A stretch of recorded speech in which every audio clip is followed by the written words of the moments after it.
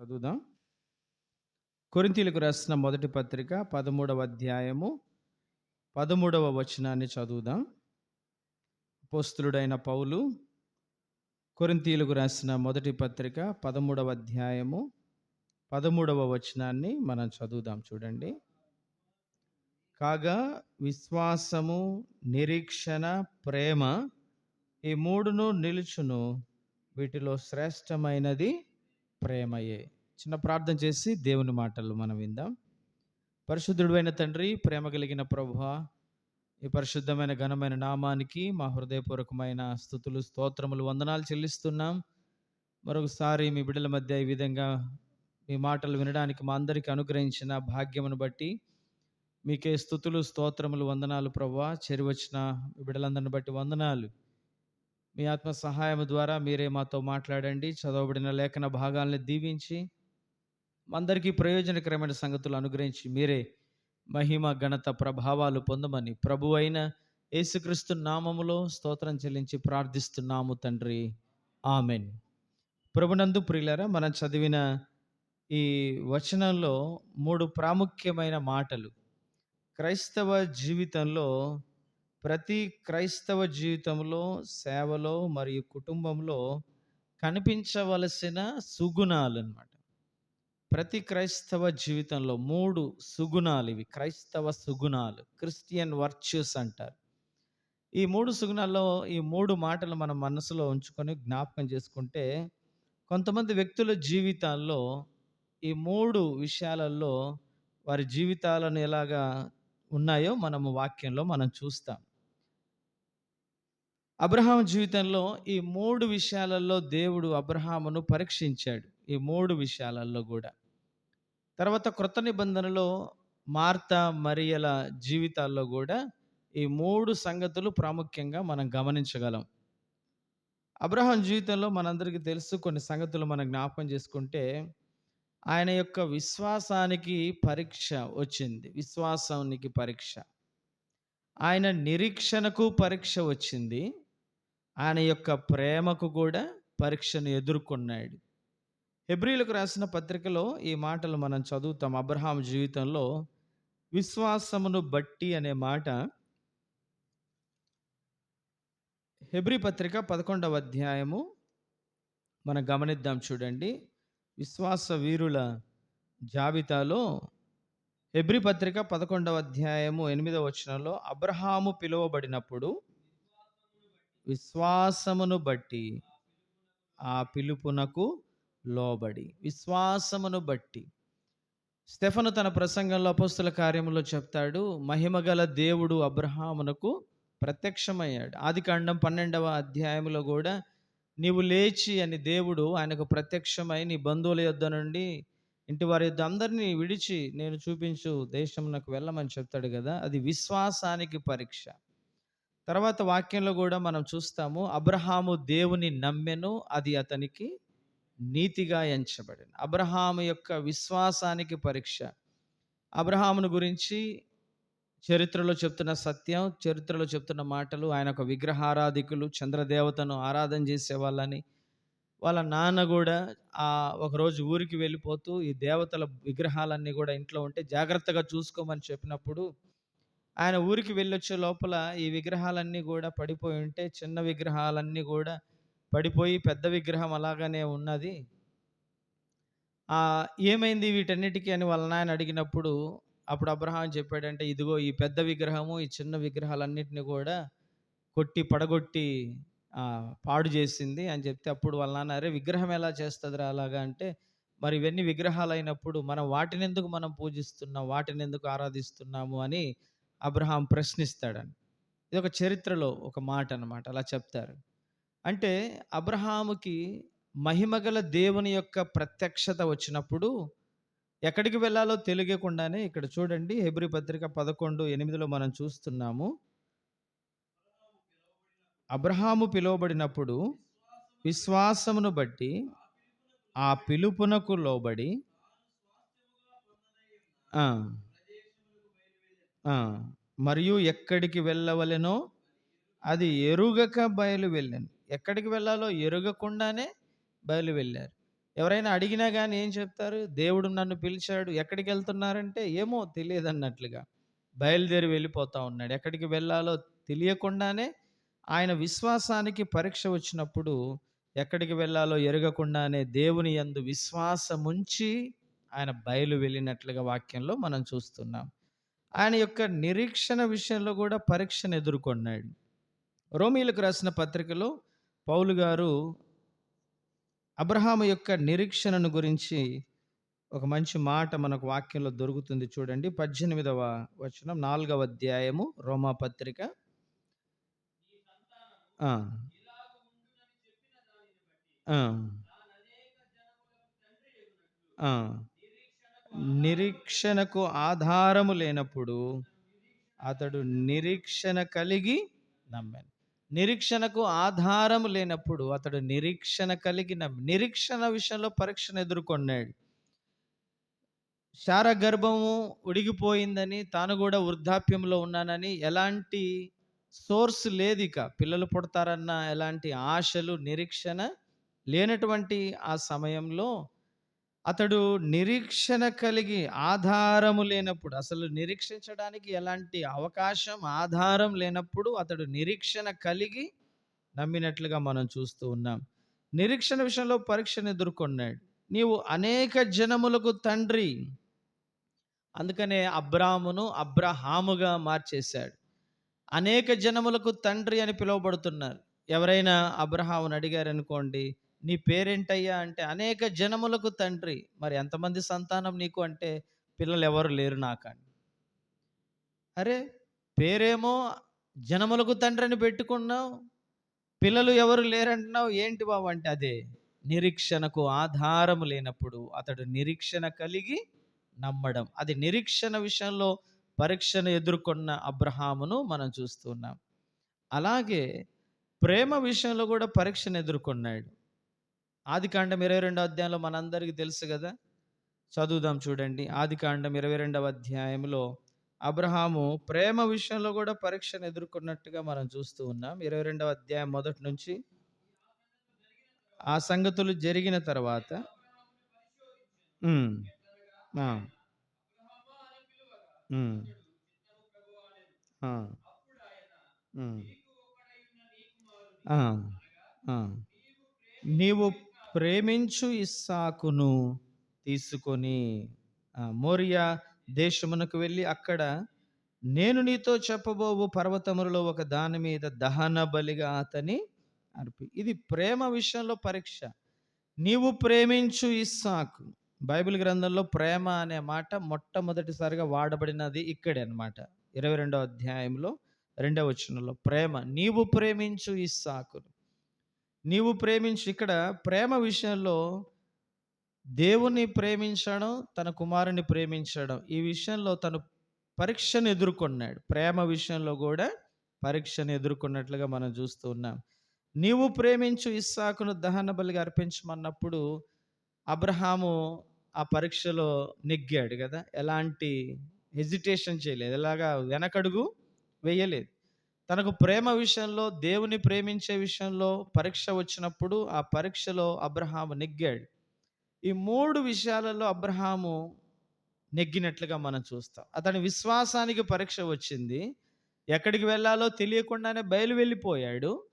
నిరీక్షణ విషయంలో పరీక్షను ఎదుర్కొన్నాడు. అసలు సంతానమే లేనప్పుడు నువ్వు అనేక జనములకు తండ్రి అవుతావని దేవుని మాటలను ఆధారం లేనప్పుడు నిరీక్షణ కలిగి నమ్మాడు.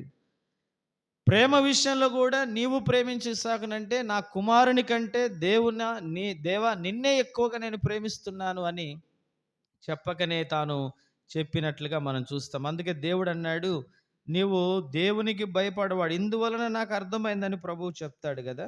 ఇందువలన నీవు దేవునికి భయపడువాడవు. నీవుకు 12వ వచనం చదువుతాను చూడండి. ఆదికాండం 22:12లో ఆ చెయ్యి వేయకము, ఆ నీకు ఒక్కడై ఉన్న నీ కుమారుని నాకీయ వెనుతీయలేదు గనుక నీవు దేవునికి భయపడువాడవని ఇందువలన నాకు కనబడుచున్నది.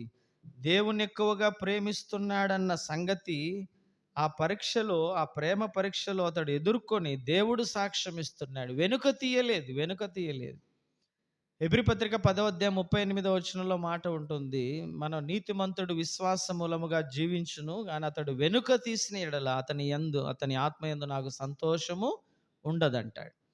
వెనుక తీస్తే దేవుడు సంతోషపడాడు. వెనుక తీయకుండా ఆయన చెప్పిన మాటను పరీక్ష విషయంలో ఎదుర్కొన్నాడనమాట.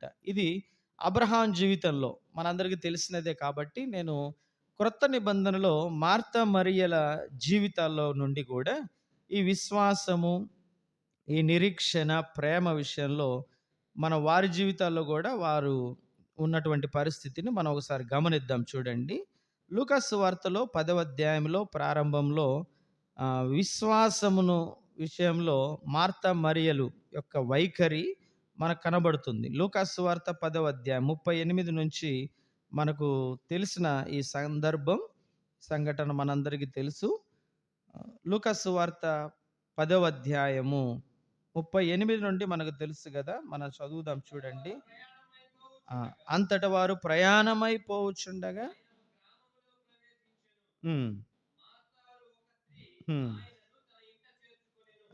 మార్త ఆయనను ఇంట చేర్చుకుంది. చూడండి, ఆ దినాలలో యేసుక్రీస్తు ప్రభువుని ఎవరైనా చేర్చుకుంటే చాలా రిస్క్తో కూడిన పని అన్నమాట. యేసుక్రీస్తు ప్రభుని ఇంట్లో చేర్చుకోవడం అనేది చాలా రిస్క్ పని. కానీ మార్త యేసుక్రీస్తు ప్రభును తన ఇంట చేర్చుకుంది. మార్త ఇంట చేర్చుకుంది. తర్వాత ఏమైంది? ఆమెకు మరియ అని ఒక సహోదరి ఉండెను. ఈమె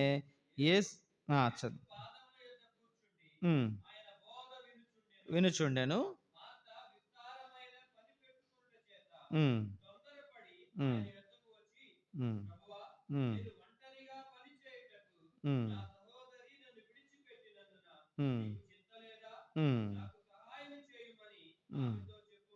ఇక్కడ చూడండి, మార్త మరియల ఇద్దరి జీవితాల్లో వారి యొక్క విశ్వాస విషయంలో వారి యొక్క వైఖరి ఎలా ఉందో మనం గమనిస్తే, మార్త ఎలా మాట్లాడుతుంది? నీకు చింత లేదా అనే మాట ఇక్కడ కనబడుతుంది. అసలు వాస్తవానికి క్యాంపెల్ మోర్గన్ అనే ఒక గొప్ప దైవజనుడు ఒక మాట చెప్తాడు. మరియ తాను చేయవలసిన పనిని ఇంట్లో తాను చేసి వచ్చి ప్రభు పాదాల దగ్గర కూర్చొని ఆయన బోధ వింటుందండి. ఆయన బోధ వినడానికి ముందు మరియ తాను చేయవలసిన పని తాను చేసి వచ్చి కూర్చుందండి. కానీ మార్త విస్తారమైన పనులు పెట్టుకొని అక్కడే ఉంటుంది. ఒక విశ్వాసము ఉన్నప్పుడు ఆయన మాటలు వినడానికి, ఆయన బోధ వినడానికి ఆయన పాదముల యొద్ద కూర్చుంటుంది. కారణము రోమపత్రికలో మనం చూస్తే 10:17లో వినుట వలన విశ్వాసం. మార్త మరియ వారిద్దరి జీవితాలు మనకు బాగా తెలుసు కాబట్టి, అసలు మార్త యొక్క సమస్య ఏంటంటే, నా సహోదరి మరియ నాకు సహాయం చేయడం లేదు అని కాదు. యేసుక్రీస్తు ప్రభు నా సహోదరిని నాకు సహాయం చేయకుండా ఆయన దగ్గర అట్టి పెట్టుకున్నాడు అనేది కాదు. అసలు ఆమె సమస్య ఫిజికల్గా కాదు, భౌతికమైనది కాదు. ఆమె సమస్య అంతా ఆత్మ సంబంధమైనది. కారణం ఏంటంటే, ఇక్కడ ఒక మాట అంటుంది, యేసుక్రీస్తు ప్రభువుని రిస్క్గా ఉన్నటువంటి దినాలలో యేసుక్రీస్తు ప్రభుని ఇంట చేర్చుకున్న మార్త ప్రభుతో అంటుంది, నీకు చింత లేదా అనే మాట అంటుంది. నీకు చింత లేదా?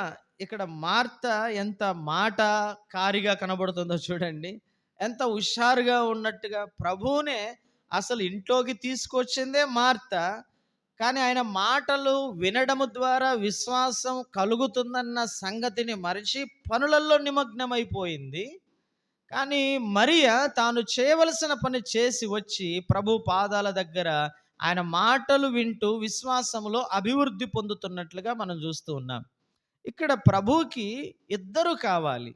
యోహాను సువార్త 11వ అధ్యాయంలో ప్రభు అందరినీ ప్రేమించాడు కదా. ఒకసారి చూద్దాం చూడండి.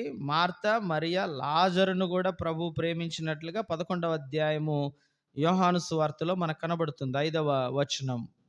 యోహాను సువార్త 11:5లో యేసు మార్తను, ఆమె సహోదరిని, లాజరును ప్రేమించెను. మార్తను ప్రేమించాడు, మరియను ప్రేమించాడు, లాజరును ప్రేమించాడు. మాటకారిగా, హుషారుగా మాట్లాడే మార్త ప్రభు ప్రేమకు పాత్రురాలయ్యింది. మౌనంగా ఆయన పాదముల యొద్ద ఆయన మాటలు వింటున్న మరియ కూడా ఆయన ప్రేమకి పాత్రులు. యేసు ప్రేమించిన విశ్వాసులు వేరు, యేసు ప్రేమించిన శిష్యుడు ఉన్నాడు కదా, అలాగే యేసు ప్రేమించిన విశ్వాసులు వేరు, యేసు ప్రేమించిన విశ్వాసులు. ప్రభు యొక్క ప్రేమలో ఎలాంటి పక్షపాతం మనకి ఇక్కడ కనబడడం లేదు. ప్రభువుకి అందరూ కావాలి. హుషారుగా ఉన్నోళ్ళు కావాలి, మౌనంగా ఉన్నోళ్ళు కావాలి, మాటకారులు కావాలి, మెత్తగా ఉన్నోళ్ళు కావాలి, ధనవంతులు కావాలి, పేదవారు కావాలి, చదువుకున్న వాళ్ళు కావాలి, జ్ఞానులు కావాలి, జ్ఞానము లేని వారు, అందరూ కూడా ప్రభువుకి అవసరమే. అందరినీ ప్రేమించేవాడు పక్షపాతం లేకుండా. కానీ ఆయన మాటలు వింటున్నప్పుడు విశ్వాసంలో బలము పొందుతామన్న సంగతిని మార్త అది పక్కన పెట్టేసింది. అందుకే ఆమె సమస్య ఆత్మ సంబంధమైనదే కానీ అది భౌతిక సంబంధమైనది కానే కాదు. అందుకనే ప్రభువా నీకు చింత లేదా అని అంటుంది. నీకు చింత లేదా?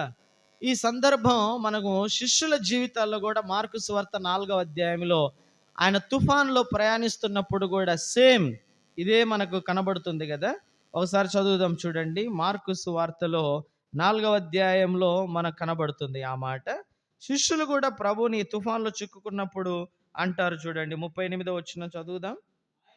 ఉమ్, ఆ, ఉమ్, ఉమ్, ఉమ్. నీకు చింత లేదా అని అన్నప్పుడు ప్రభు చూడండి ఏమంటున్నారో తర్వాత చదువుదాం చూడండి. అందుకు ఆయన లేచి గాలిని గద్దించి నిశ్శబ్దమై ఊరకుండమని సముద్రంతో చెప్పగా గాలి అణిగిలి మిక్కిలి నిమ్మలమైన. అప్పుడు ఆయన, మీరెందుకు భయపడుచున్నారు? మీరు ఇంకనూ నమ్మిక లేక ఉన్నారా? చింత కలిగిన ప్రభు, శ్రద్ధ కలిగిన ప్రభుని వీరు నమ్మడం లేదు. అక్కడ do you have no faith అని అంటాడు ప్రభు. మీకు విశ్వాసం లేదా? ఎందుకు నమ్మడం లేదు? నమ్మితే చింతపడడు. అది ఇక్కడ ఈ ఎందుకు చెప్తున్నానంటే, నమ్మడము వలన చింతను జయిస్తారు. అల్ప విశ్వాసులు చింతపడతారు. నమ్మడము వలన చింతను జయిస్తారు. ఇక్కడ మార్త ప్రభువుని అడుగుతుంది. చింత కలిగిన ప్రభువుని, శ్రద్ధ కలిగిన ప్రభువుని ప్రశ్నిస్తూ నీకు చింత లేదా అని అంటే ఆమె విశ్వాసంలో అల్పంగా కనబడుతుంది మనకి. అల్ప విశ్వాసి ఎందుకు సందేహపడితివి? అల్ప విశ్వాసి చింతపడతాడు. కొండ మీద ప్రసంగంలో ప్రభు చెప్పాడు కదా, అల్ప విశ్వాసులు దేని గురించి? ఏమి తిందుమా, ఏమి త్రాగుదుమా, ఏమి ధరించుకుందుమా అని వారు చింత కలిగి ఉంటారు. అల్ప విశ్వాసులారా అంటాడు ప్రభు. ఈ అల్ప విశ్వాసంలో ఉన్నటువంటి ఈ మార్త ఆమె నమ్మడం లేదు ప్రభుని నమ్మవలసినంతగా. ఎందుకు వచ్చింది సమస్య ఇక్కడ? వినుట వలన విశ్వాసం. మార్త వింటుందా? వినడం లేదా? వినడం లేదు. ఆమె పనులలో ఉంది, విస్తారమైన పనులలో. అందుకే ఆమె యొక్క విశ్వాసంలో సరైనటువంటి నమ్మకము లేని దానిగా కనబడుతుంది. అందుకనే చింత అనే మాట ప్రభువుని అంటా ఉంది. మార్త ప్రభువుని ప్రశ్నిస్తున్నట్లుగా మనం చూస్తున్నాం. చాలాసార్లు మన జీవితాల్లో కూడా మనం తీసుకునే నిర్ణయాలు ఎలానే కనబడతా ఉంటాయి. భోజనం సిద్ధం చేయడానికి మంచి నిర్ణయం తీసుకుంది మార్త, కానీ ప్రభు పాదముల యొద్ద ఆయన బోధ వినడానికి సరైన నిర్ణయం తీసుకున్నది మరియా. ఆయనకు భోజనాలన్నీ ఏర్పాటు చేయడం అది కూడా మంచిదే. భోజనాలు ఏర్పాటు చేయడం తప్పని కాదు. అక్కడ భోజనాలు అవసరమే కదా, భోజనాలు కూడా కావాలి. కానీ మనుష్యుడు రొట్టె వలన మాత్రము కాదు గాని దేవుని నోట నుండి వచ్చు ప్రతి మాట వలన జీవించు. ప్రతి మాట వలన జీవించును. వినుట వలన విశ్వాసము. ఇది లింక్ ఉందన్నమాట అన్నిటికీ. అందుకే నేను చెప్పాను, మార్త యొక్క సమస్య తన సహోదరి తనను విడిచిపెట్టి ఒంటరిగా నన్ను వదిలేసి ఆడబోయి కూర్చుందని కాదు. అసలు యేసుప్రభు ఆమెను రానియకుండా ఆయన దగ్గరే పెట్టుకున్నాడని కాదు. కానీ అసలు ఆమె సమస్య అంతా ఏంటంటే ఆమెది స్పిరిచువల్ ప్రాబ్లం అన్నమాట.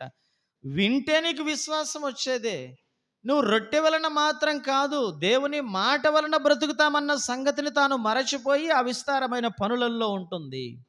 కానీ మరియా ఉత్తమమైన దానిని ఏర్పాటు చేసుకుంది. ఉత్తమమైన దానిని.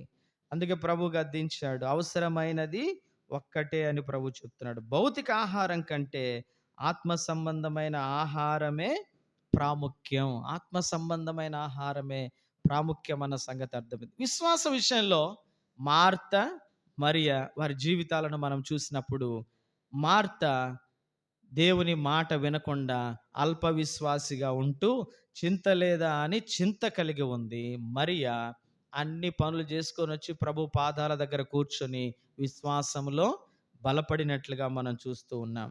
ఇది వీరిద్దరి జీవితాల్లో మనం గమనిస్తే ఉత్తమ నిర్ణయము ఒక ఆరాధికునిగా పనివానిగా చేస్తుంది. పని చేయుటకు శక్తి దేవుని వాక్యం ద్వారానే మనకు కలుగుతుందన్నమాట. మార్త ప్రభుతో సహవాసం చేసి ఉంటే ఆ సనుగులు, ఆ విచారము, ఆ తొందరపాటు, ఆ చింత లేదన్న మాట ఇవేవి తనకొచ్చేవి కాదు. ఆమెకి నెమ్మది లేనట్లుగా మాట్లాడుతుంది కదా! ఇక్కడొచ్చి తొందరపడుతుంది. చూడండి ఆ మాట చదివి ముందుకెళ్దాం మనం. ఆ! ఆ! తొందర, తొందర, తొందర అంటే ఆమెకు టెన్షన్, నెమ్మది లేదు ఆమెకి. యేసుప్రభు ఒక మాట అన్నాడు కదా, మత్తయి సువార్త 11:28, 29లో ప్రయాసపడి భారము మోసుకొనుచున్న సమస్త జనులారా నా యొద్దకు రండి, నేను మీకు విశ్రాంతి కలుగు. నేను సాత్వికుడను దీన మనస్సు గలవాడను గనుక మీ మీద నా కాడి ఎత్తుకొని నా యొద్ద నేర్చుకోండి, అప్పుడు ఈ ప్రాణములకు విశ్రాంతి. అప్పుడు ఆయన యొద్ద నేర్చుకుంటే, ఆయన మాటలు వింటే నెమ్మది ఉంది. ఆయన మాటలు వింటే నెమ్మది. కానీ మార్త తొందరపడుతుంది. కారణం మాట వలన విశ్వాసం. దేవుని మాట, ప్రభువైన యేసుక్రీస్తుని గురించిన ఆ మాటల వలన విశ్వాసం అభివృద్ధి చెందుతుంది. ఇక్కడ మరియ తన విశ్వాసంలో, క్రైస్తవ జీవితంలో ఉన్నటువంటి ఒక సుగుణాన్ని ఆమె డెవలప్ చేసుకుంటా ఉంటుంటే, మార్త పనులు పెట్టుకొని, విస్తారమైన పనులు పెట్టుకొని చింత కలిగి నెమ్మది లేని దానిగా కనబడుతుంది. కారణం ఆమెలో ఉన్నటువంటి అల్ప విశ్వాసమే. అల్ప విశ్వాసి చింతపడతాడు. ఏమి తిందమా, ఏమి త్రాగుదమా, ఏమి ధరించుకుందమా అని చింత కలిగిన మార్త, తొందరపాటులో ఉన్న మార్త, నమ్మకము లేని మార్త, ప్రభుని ప్రశ్నిస్తున్న మార్త, ఆమె విశ్వాసంలో సన్నగిల్లినట్లుగా మనం చూస్తున్నాం. క్రైస్తవ జీవితంలో ఉన్న ఈ సుగుణాన్ని మరియ డెవలప్ చేసుకుంటూ ఉత్తమమైన దానిని ఆమె ఏర్పాటు మంచి నిర్ణయం తీసుకుంది. మన నిర్ణయాలే మన జీవితాన్ని నిర్దేశిస్తాయి. మన నిర్ణయాలే మనిషి ఎలాగ బ్రతుకుతాడంటే, ఒక ఆయన అంటున్నాడు, మన నిర్ణయమే మనం బతకడానికి కారణం. ఉదయాన్నే లేచి నేను గాలి పీల్చుకోను అని అనుకున్నాను, ముక్కు మూసుకుంటే ఏమవుతుంది? నా నిర్ణయం. నాకు అన్నం వద్దు అని నేను మానుకుంటే నా నిర్ణయం నన్ను, అదనమాట. మన నిర్ణయాలే మనల్ని నడిపిస్తాయి. రూతు గ్రంథంలో అది నిర్ణయాల గ్రంథం అంటారు. రూతు గ్రంథాన్ని నిర్ణయాల గ్రంథం. అక్కడ కూడా 3 రకాల వ్యక్తులు, నయోమి, రూతు, ఓర్ప మనకు కనబడదు. ఆత్మ సంబంధి, శరీర సంబంధి, ప్రకృతి సంబంధిగా కనబడతారు. రూతు ఆత్మ సంబంధిగా, నయోమి శరీర సంబంధిగా, ఓర్ప ప్రకృతి సంబంధిగా మనకు కనపడుతున్నారు. నిర్ణయాల గ్రంథం. నిర్ణయం, ఆయన మాటలు వినడానికి ఆయన పాదముల యొద్ద కూర్చొని విశ్వాసంలో అభివృద్ధి చేసుకుంటున్న మరియ, ఆమె తీసుకున్నటువంటి మంచి నిర్ణయం ఆమె జీవితంలో ఆధ్యాత్మికంగా, విశ్వాసంలో అభివృద్ధి చెందడానికి కారణమవుతుంది.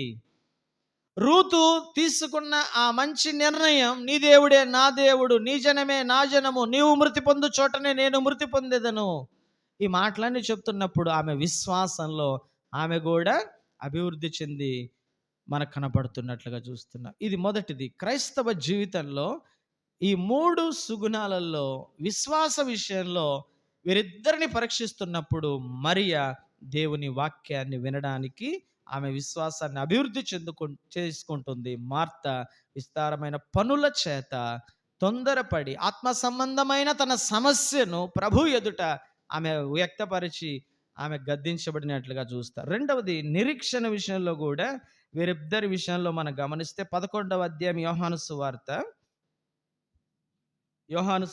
11వ అధ్యాయము 3వ వచనాన్ని మనం చదువుదాం. చూడండి. ప్రభువా, నీవు ప్రేమించువాడు రోగి అయి ఉన్నాడని ఆయన యొద్దకు వర్తమానము. ఇక్కడ ఇద్దరు కూడా ఏకీభవిస్తున్నారు కదా, ఇద్దరు ఏకీభవిస్తున్నారు. దేవుని వాగ్దానాలపై ఆధారపడడం ఇక్కడ చూస్తున్నాం. ఆయన ఏం చేయాలి అని చెప్పట్లేదు, చూడండి జాగ్రత్తగా వాక్యాన్ని. యేసుక్రీస్తు ప్రభు ఏం చేయాలో అని సలహాలు ఇవ్వడం లేదు, వాళ్ళిద్దరు సలహాలు ఇవ్వట్లేదు. ప్రభు నువ్వు వచ్చి ఇజ్జేయి అజ్జేయి ప్రభు అని ఏం అనలేదు. ఆయన ఏం చేయాలో అని చెప్పలేదు, కానీ వారి బాధ వారి భారం ఆయనతో పంచుకుంటున్నారు. ఆ సహోదరుని పట్ల, వారి సహోదరుని పట్ల ఉన్నటువంటి శ్రద్ధ, ప్రభువుపై ఉన్నటువంటి నమ్మకం ఇక్కడ వాళ్ళలో కనబడుతుంది. ఆ నిరీక్షణ కనబడుతుంది. దేవుని వాగ్దానాలపైన వారు ఆధారపడినట్లుగా చూస్తూ ఉన్నారు. దేవుని వాగ్దానాలపైన ఆధారపడ్డారు వారు. అందుకనే ప్రభువుకి వర్తమానం పంపారు. ఏమని పంపారు? ఇదిగో నీవు ప్రేమించువాడు రోగి అయి ఉన్నాడు, అంతే. నీవు ప్రేమించువాడు రోగి అయి ఉన్నాడని ఒక వర్తమానం పంపించారు, అంతే. టెలిగ్రామ్ లాగనమాట. టెలిగ్రామ్లో అప్పట్లో పాతకాలంలో ఉన్నప్పుడు స్టార్ట్ ఇమీడియట్లీ అని ఒక టెలిగ్రామ్ వచ్చినట్లుగా నీవు ప్రేమించువాడు రోగి అయినాడు, అంతే. ప్రభువా నువ్వు రా, నువ్వు బాగు చేయి, నూనె పోయి ప్రార్థన చేయి, లేదా మరొకటి చేయి, చేతులుంచు, ఏదో ఇవన్నీ నాన్ సెన్స్ అనమాట. అవన్నీ నేను చెప్పలేదు. ఒకటే, వాళ్ళ సహోదరుని పట్ల ఉన్న వాళ్ళ శ్రద్ధ, ప్రభు మీద వారికి ఉన్న నమ్మకం, అంతే. ఆ నిరీక్షణతో ప్రభువుకి ఇద్దరు కలిసి వర్తమానం పంపించారు. కానీ ఇక్కడ వీళ్ళిద్దరి జీవితాల్లో వీరి నిరీక్షణలో ఒక లోటు మనకు కనబడుతుంది. వాళ్ళిద్దరు చూడండి నిరీక్షించారు, ప్రభు వచ్చి వాళ్ళ సహోదరుని బాగు చేస్తాడని నిరీక్షించారు. కానీ వారిద్దరు కూడా చూడండి 21వ వచనంలో 11:21లో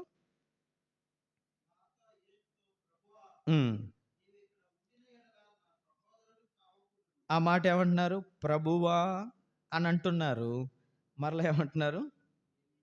నీవిక్కడ ఉండిన ఎడల అంటున్నారు. ప్రభువా అని అన్నప్పుడు ఇక ప్రభువా అంటే ఇంకా ఆయన అధికారానికి సంపూర్ణంగా మనము లోబడిపోవాలి. 32వ వచనం కూడా చూడండి, మరియ కూడా చూడండి. ఇక్కడ మార్త, అక్కడ మరియ కూడా.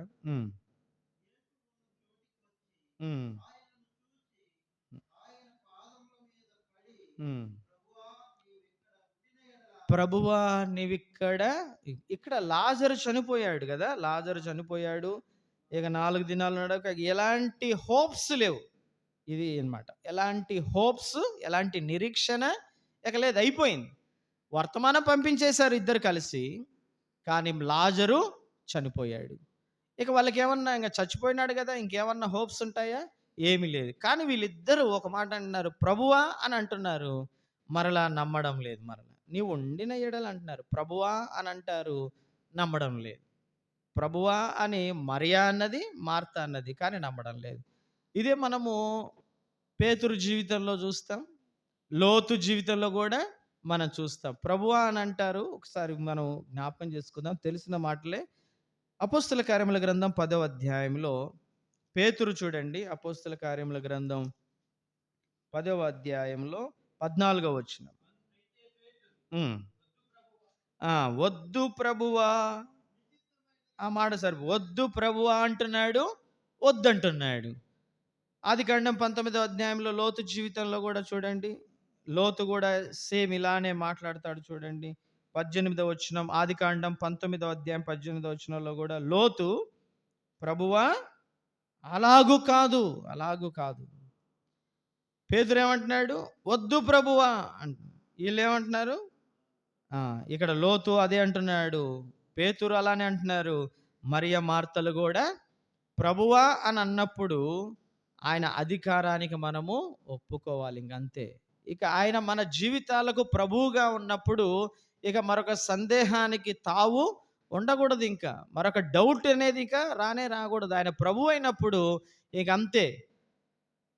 అపోస్తల కార్యముల గ్రంథం 10:36లో ఉంది కదా, యేసుక్రీస్తు అందరికీ, ఇంగ్లీష్లో ఈ మాట ఎట్లా ఉంటే, Jesus Christ is lord of all అని ఉంటుంది. ఆల్ అంటే అందరికీ మాత్రమే కాదు, అన్నింటికి, మన ప్రతి పరిస్థితికి కూడా ఆయన ప్రభువే. మన జీవితాల్లో ఏమి జరిగినా ఆయన మనకు ప్రభువే. కష్టమా, నష్టమా, శ్రమ, బాధ, ఇరుక, ఇబ్బంది, రోగమా, మరణమా, ఏదైనా ఆర్థిక పరిస్థితుల్లో ఏదైనా మన జీవితాల్లో ఏది జరిగినా ఆయన మనకు ప్రభువుగా ఉన్నాడు. పేతురు పత్రికలో అదే రాస్తాడు. క్రీస్తు యేసు ప్రభువుని ప్రభువుగా మీ హృదయములలో ప్రతిష్ఠించమన్నాడు. ప్రతిష్ఠించాలి. ఆయనను మనం ప్రభువుగా ప్రతిష్ఠించాలి. సామెతల గ్రంథం 3లో ఉంటుంది. మన అన్ని విషయాల్లో చూడండి ఒక మాట, ఆయన గురించి మన వాక్యంలో మనం చదువుతున్నప్పుడు సామెతల గ్రంథం 3వ అధ్యాయంలో నీ ప్రవర్తన 6వ వచనంలో నీ ప్రవర్తన అంతటి యందు ఆయన అధికారమునకు ఒప్పుకొనుము, అప్పుడు ఆయన నీ త్రోవలను సరాలం చేస్తాడు. ఇది మనం నేర్చుకోవాలి. ఆయన అధికారం మన జీవితాల్లో ఉన్నప్పుడు మన నిరీక్షణకు ఎలాంటి డోకా ఉండదు. కొన్నిసార్లు డాక్టర్లు చెప్తారు కదా, డాక్టర్ల దగ్గరికి పోయిన తర్వాత డాక్టర్లు ఏమంటారంటే, కొంతమంది ఎవరికైనా హార్ట్ అటాక్ వచ్చిందనుకోండి, లేదా యాక్సిడెంట్ అయిందనుకోండి, ఏదైనా ఒక పరిస్థితి సంభవించినప్పుడు డాక్టర్స్ దగ్గరికి వెళ్ళిపోయినప్పుడు డాక్టర్స్ ఏమంటారంటే, చాలాసార్లు వినపడేది, అరే ఒక అరగంట ముందు తెచ్చినా బాగు చేసావు, ఒక గంట ముందు వచ్చినా మేము చేసేవాళ్ళము, ఇక చేతులు ఎత్తేస్తారు. నో హోప్స్ అంటారు. నో హోప్స్ అంటారు. కరోనా టైంలో ఎక్కువగా ఇదే మాట, నో హోప్స్, నో హోప్స్. ఇక నిరీక్షణ లేదు, ఆశలు లేవు. ఇక్కడ ఒక మాట చెప్తాను, గుర్తుపెట్టుకుందాం. డాక్టర్ల చెయ్యి దాటిపోయే సమస్య ఉంటుందేమో కానీ దేవుని చెయ్యి దాటిపోయే సమస్య అంటూ ఏది ఉండదు. మరలా చెప్తాను, గుర్తుపెట్టుకోండి. డాక్టర్ల చెయ్యి దాటిపోయే సమస్యలు ఉంటాయేమో కానీ దేవుని చెయ్యి దాటిపోయే సమస్యలు ఏది ఉండదు. ఎప్పుడు ఆయన అధికారానికి మనం ఒప్పుకున్నప్పుడు, మన ప్రవర్తన అంతటి యందు, మన మాటలు, మన క్రియలు, మన వ్యవహారం, వైఖరి అన్నింటిలో ఆయన అధికారం, ఆయన ప్రభువుగా మనం అనుకుంటున్నప్పుడు మన నిరీక్షణకు ఎలాంటి డోకా ఉండదు, మన ఆశలకు ఎలాంటి డోకా ఉండదన్నమాట. ఎందుకు? మొదటి తిమోతి పత్రిక 1:1 చూడండి. తిమోతి రాసిన మొదటి పత్రిక 1వ అధ్యాయం 1వ వచనం. మన నిరీక్షణ అయిన యేసుక్రీస్తు ప్రభు ఎవరు? మన నిరీక్షణ ఆయనే. మన నిరీక్షణ మనుషులు కాదు, మనుషుల యందు మన నిరీక్షణ లేదు. మన నిరీక్షణ యేసుక్రీస్తు ప్రభువే. క్రీస్తే మన నిరీక్షణ. ఈ విషయాల్లో కూడా మనం వారిద్దరి జీవితాల్లో మనం చూస్తున్నాం. మూడవది కూడా క్రైస్తవ జీవితంలో ఉండవలసిన ఈ సుగుణాలలో మూడవది ప్రేమ విషయంలో కూడా. విశ్వాస విషయంలో చూసాం, నిరీక్షణ విషయంలో చూసాం, ప్రేమ విషయంలో కూడా మనం గమనించినప్పుడు యోహాను సువార్త 12వ అధ్యాయంలో వారు క్రీస్తు ప్రభు పట్ల చూపిన ఆశ్చర్యమైన, అద్భుతమైన, శ్రేష్టమైన ప్రేమ మనకు కనబడుతుంది కదా. విశ్వాసము, నిరీక్షణ, ప్రేమ, ఈ మూడును నిలుచును. వీటిలో శ్రేష్టమైనది ప్రేమ. శ్రేష్టమైనది ప్రభువుకి ఇవ్వడానికి వారు సిద్ధపడ్డట్లుగా మనం చూస్తున్నాం. మరియ జీవితంలో మనం చూస్తే వారి యొక్క ప్రేమ యేసుక్రీస్తు ప్రభుకి ఖర్చు చేయడంలో ఆ అత్తరును ఎలాంటి వెనకడుగు వేయట్లేదండి. వాళ్ళు ఒక ప్రెషస్ ఆయింట్మెంట్ని, వాస్తవంగా అత్తరును, ఇక్కడ దాని ఖరీదు కూడా చెప్పారు. దాని ఖరీదు ఎంత చెప్తున్నారు? పైన మాటలు వస్తే దాని ఖరీదు కట్టి చెప్తున్నారు. 300 దేనారాలు ఉంటాయి కదా. పైన దేనారాల గురించి అది 300 దేనారాలు. 300 దేనారాలు అంటే ద్రాక్ష తోటలో పనిచేయడానికి కూలికి ఒప్పందం చేసుకున్నాడు కదా ఒక ఆయన. ఎంతకు? దినమునకు 1 దేనారం. దినానికి 1 దేనారం ఇస్తే నా ద్రాక్ష తోటలో వచ్చి పని చేయమన్నాడు కదా. అంటే ఒక రోజు కూలి 1 దేనారం. ఇక్కడ ఈమె దాదాపుగా 300 దేనారాల ఖరీదు, అంటే 300 రోజుల కూలి పైసలుతో అత్తరు ఉందన్నమాట. 5,000 మందికి ఆహారం పెట్టిన సందర్భంలో చూడండి, ఒకసారి మీకు ఇక్కడ 6వ అధ్యాయంలో చూపిస్తాను చూడండి. 5,000 మంది దాదాపుగా పురుషులు మాత్రమే, స్త్రీలు పిల్లలు కాక, వాళ్ళందరికీ భోజనానికి ఎంత అవసరం అని చెప్తున్నాడో చూడండి. 7వ వచనంలో, అందుకు ఫిలిప్పు, యోహాను సువార్త 6వ అధ్యాయం 7వ వచనం, ప్రతివాడును కొంచెము పుచ్చుకొనుటకైనను 200 దేనారముల రొట్టెలు చాలవు. 200 దేనారాలు 5,000 మంది పురుషులకి, అంతకు మించి స్త్రీలు పిల్లలు కాక అంతమందికి ఆహారానికి ఎన్ని పైసలు కావాలి, ఎంత డబ్బు కావాలి? 200 దేనారాలు ఉంటే దాదాపుగా 10,000 మందికి ఆహారం పెట్టొచ్చు. ఊరికే మనం అనుకుందాం అలా లెక్క. అంతేగా, వాళ్ళు ఫిలిప్పు చెప్పిన లెక్కల ప్రకారము ఇంతమందికి ఆహారం కావాలంటే 200 దేనారాలు కనీసం. మరి ఈమె మరియ ఎంత ఖర్చు పెట్టింది ప్రభువుకి? ఎంత ఖరీదు అత్తరు? 300 దేనారాలు, అంటే దాదాపుగా 15,000 మందికి ఆహారం పెట్టగలిగినంత సొమ్ము అనుకోండి. అంత ఖరీదు ప్రభుకి ఇస్తుంటే యూదా ఇస్కరియోతు సనుగుతున్నాడు. యూదా ఇస్కరియోతుకి ప్రభు యొక్క విలువ అర్థం కాలేదు. ఇదెందుకు, ఎత్తరెందుకు, నష్టం అంటున్నాడు యూదా ఇస్కరియోతు. కానీ మరియ ఆ శ్రేష్టమైనది ప్రభువుకి ఇవ్వడానికి ఆ ప్రేమను వ్యక్తపరుస్తూ ఉంది. ఇక్కడ ఇంకొక మాట చెప్తాను.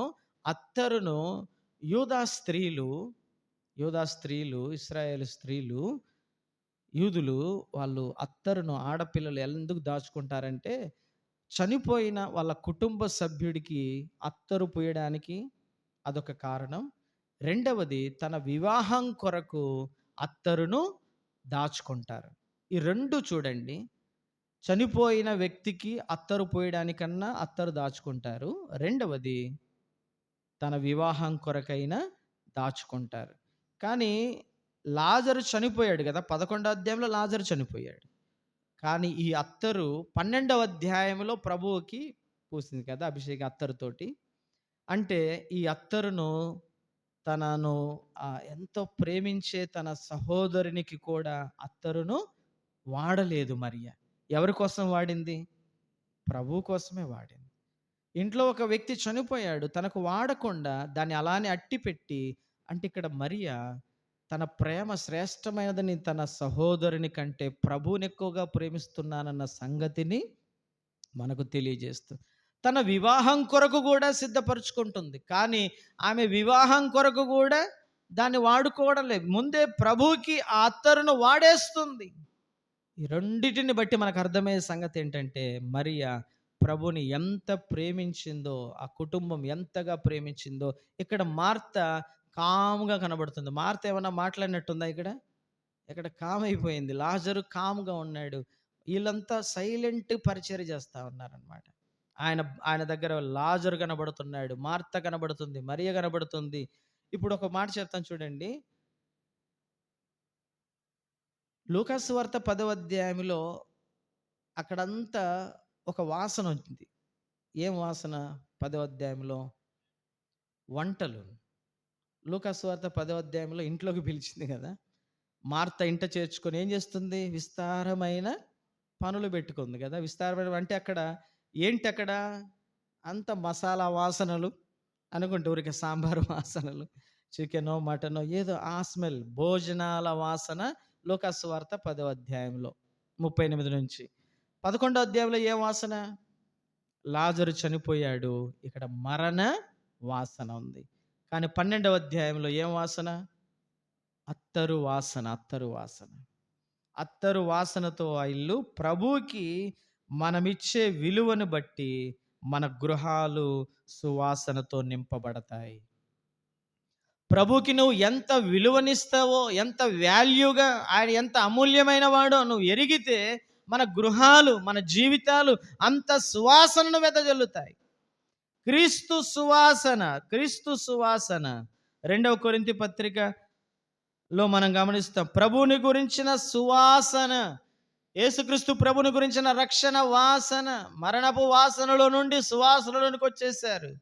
అవన్నీ పోయింది. మరణపు వాసన నుండి ఇప్పుడు క్రీస్తు వాసనతో ఆ ఇల్లంతా కూడా నింపబడినట్లుగా మనం చూస్తున్నాం. మార్త మరియలు వారు ప్రేమించిన వారు దీవెనకరంగా ఉన్నారు. యూదా ఇస్కరియోతు సనిగాడు, నశించిపోయాడు.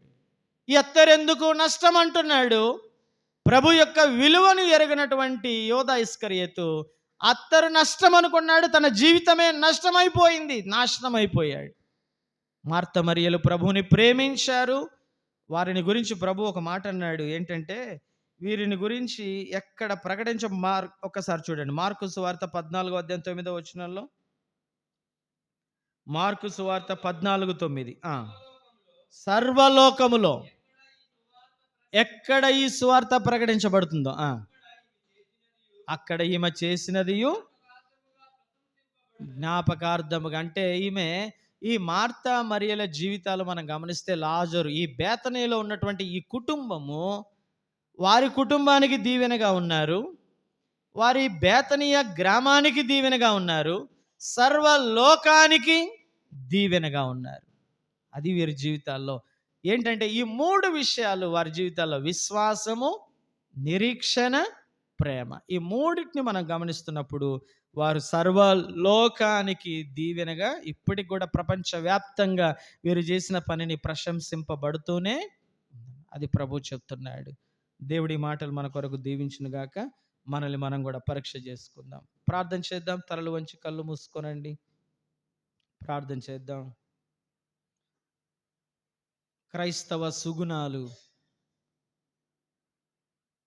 మన కుటుంబంలో, మన జీవితాల్లో ఈ 3 సుగుణాలు మనకు కనిపించాలి: విశ్వాసము, నిరీక్షణ, ప్రేమ.